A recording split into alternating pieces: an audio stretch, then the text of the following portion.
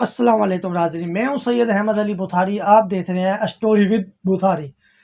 10 April 1912 کو جب دن 12 بجے ٹائٹینک نے برطانوی بندرگاہ ساؤتھ ہیمپٹن سے اپنا سفر شروع کیا تو اخباروں نے 882 فٹ لمبے اور 104 فٹ چوڑے اس جہاز کو ناقابل غرقابی انسنکیبل کا خطاب دیا۔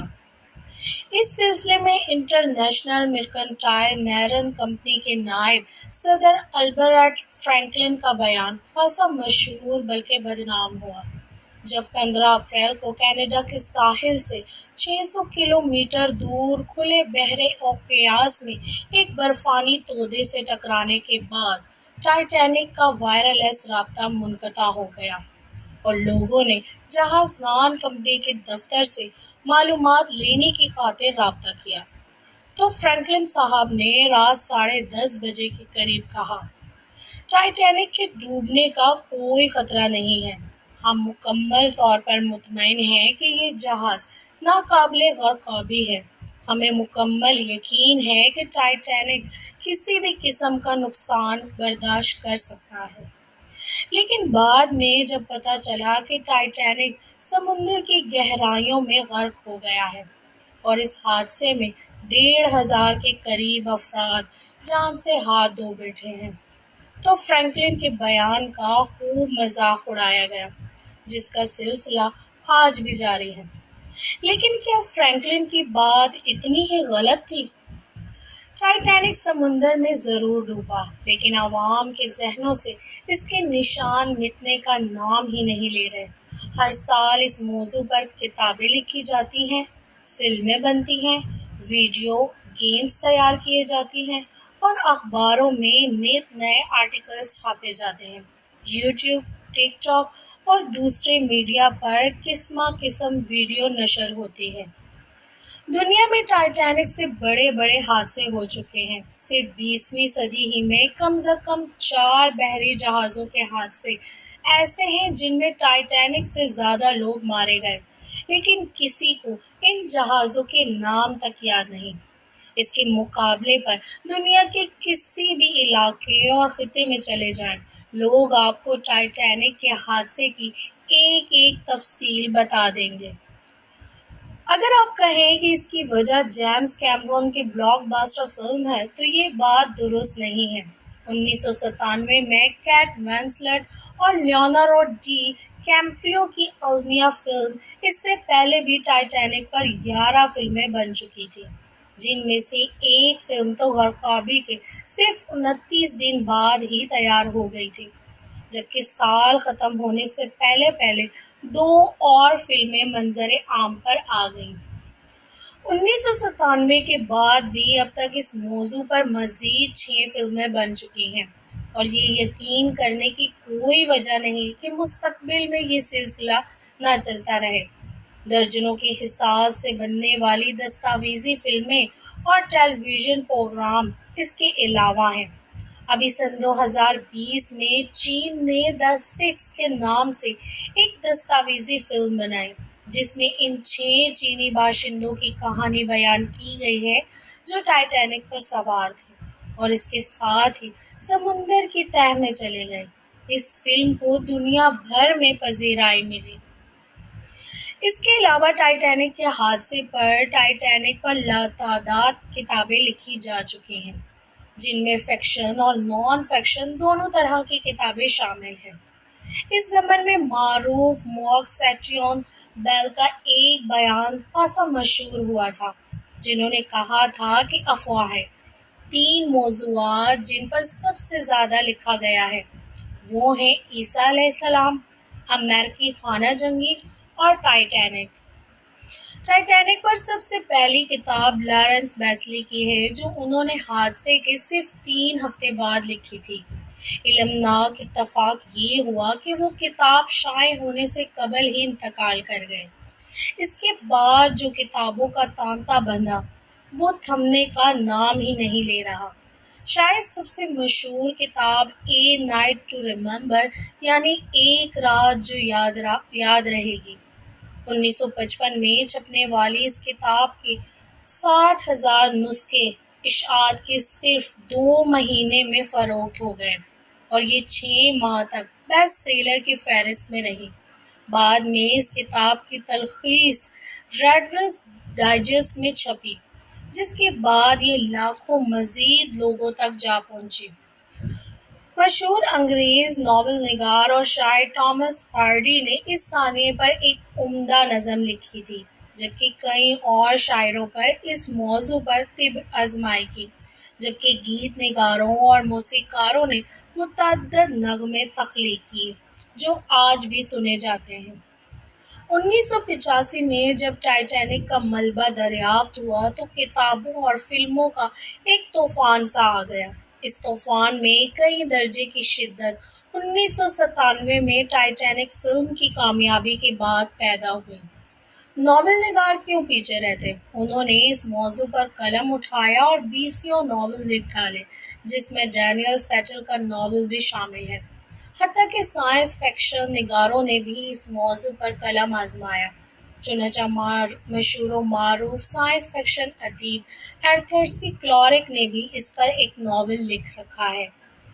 اس واقعے کی چھوٹی سے چھوٹی جزیات لوگوں کو ازبر ہے۔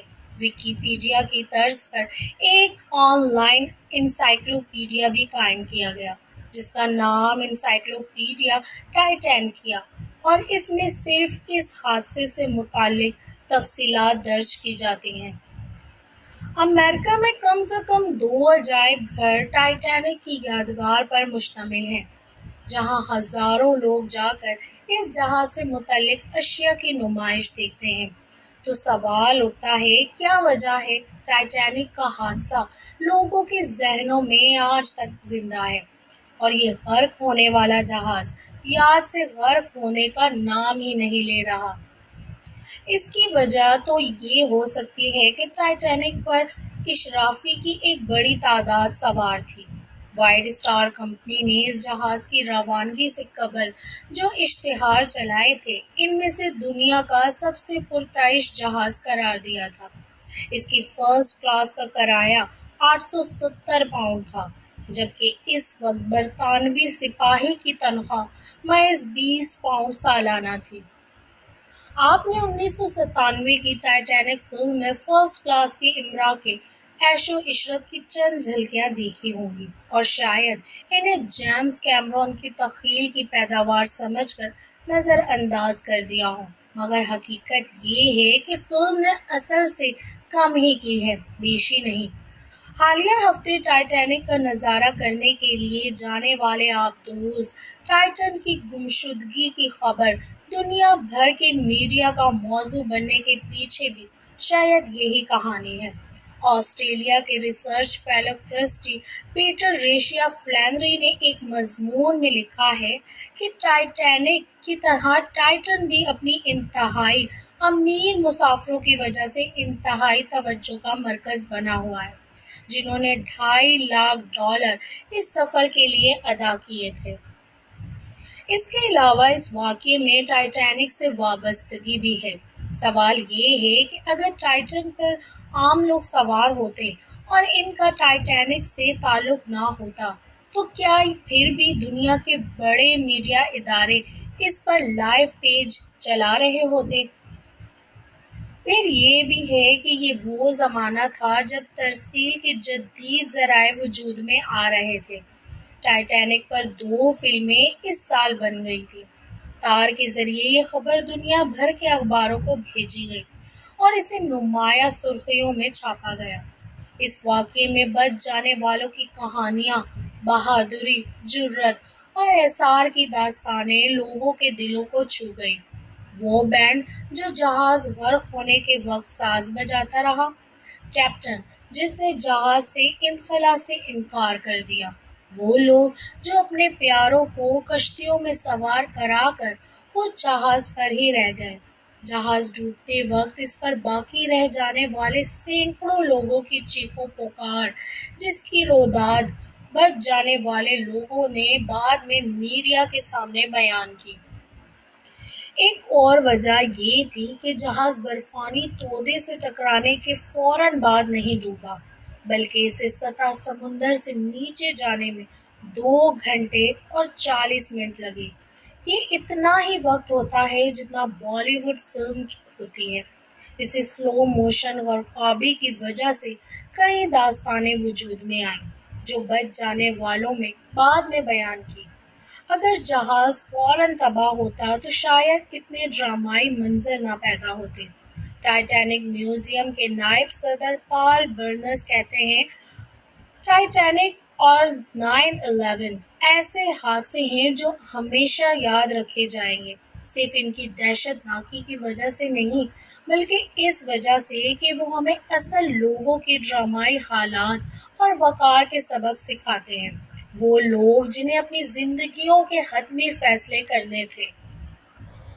پھر یہ بھی سوال ہے کہ ٹائٹینک حادثے کے بارے میں کئی سوال ایسے ہیں جو ابھی تک حل نہیں ہوئے۔ جہاز برفانی تودے سے کیوں ٹکرایا؟ ریڈیو آپریٹر نے بروقت واقعے کی اطلاع کیوں نہیں دی؟ وغیرہ۔ لوگوں کو ہمیشہ سے ایسے واقعات اپنی طرف کھینچتے ہیں جن سے کوئی پراسراریت یا معمہ منسلک ہو۔ ٹائٹینک کے حادثے کو قدرت کی جانب سے انسانی غرور پر تماچا قرار دیا گیا۔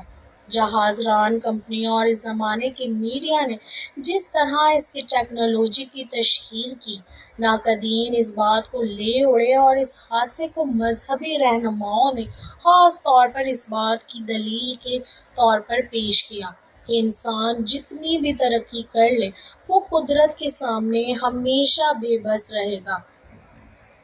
ٹامس ہارڈی کی نظم ٹائٹینک کا ذکر اوپر آ چکا ہے۔ اس میں بھی ہارڈی نے انسان کے غرور پر طنز کیا ہے۔ نظم میں دکھایا گیا ہے کہ مچھلیاں، کیکڑے اور دوسرے سمندری جانور سمندر کی تہہ میں پڑے جہاز کو دیکھ کر حیران ہوتے ہیں۔ ایک بند پیش ہے۔ مجھے چاند جیسی آنکھوں والی مچھلیاں قریب آ کر سنہرے ساز و سامان دیکھتی ہیں اور پوچھتی ہیں، یہ تکبر یہاں کیا کر رہا ہے؟ احمد علی بخاری تو اجازت دیجیے، جڑے رہیے گا اسٹوری وتھ بخاری کے ساتھ۔ اس چینل تو سبسکرائب کرو، لائک کرو اور شیئر کرو پلیز۔ اللہ حافظ۔